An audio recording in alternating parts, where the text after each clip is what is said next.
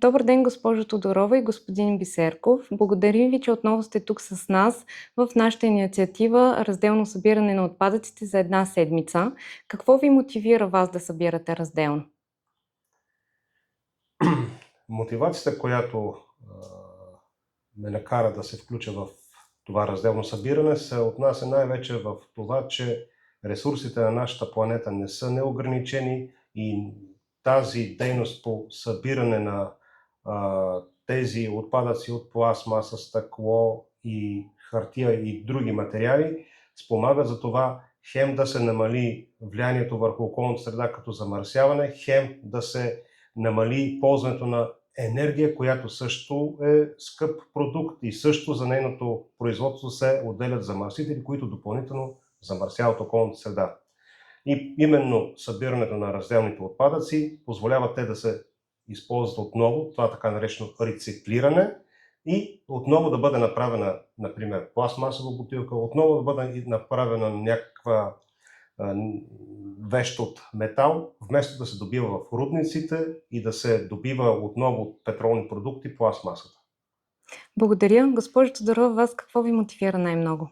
Най-много мен мотивира личния пример, който дам на моите ученици, защото за мен е важно малките стъпки, които водят до голями промени, да научиме децата от максимално ранна възраст и осъзната възраст, колко е важно да се рециклира, да се пази околната среда, да се разбере колко е важно опазването на околната среда и за здравето на хората.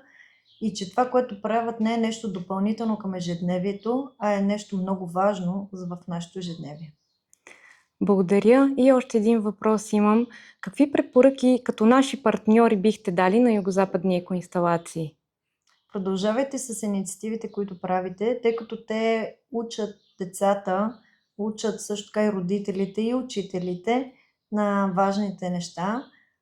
Продължавайте с обучаването точно какво означава рециклиране и защо е важно, тъй като имам наблюдение, че тази дума се използва не в правилната посока. Много е важно да накараме децата да бъдат много по-загрижени за планетата и да разберат, че не правят нещо много голямо, с много голями усилия, а правят нещо значимо. Моите препоръки, които бих дал, е това, че да се продължи с популяризирането на това разделно събиране на отпадъци, тъй като това би било начин да се формира в тях такова усещане за това, че те също имат участие в опазването на околната среда и в бъдеще време те могат да пренесат този пример и върху следващите поколения, така че това да бъде една постоянна дейност и да допринесе за по-добро качество на живот на нас и на околната среда и на всички около нас. Затова ние продължаваме да си партнираме и в същия дух все по-напред и нагоре с малки стъпки към големи промени. Благодарим. Благодарим.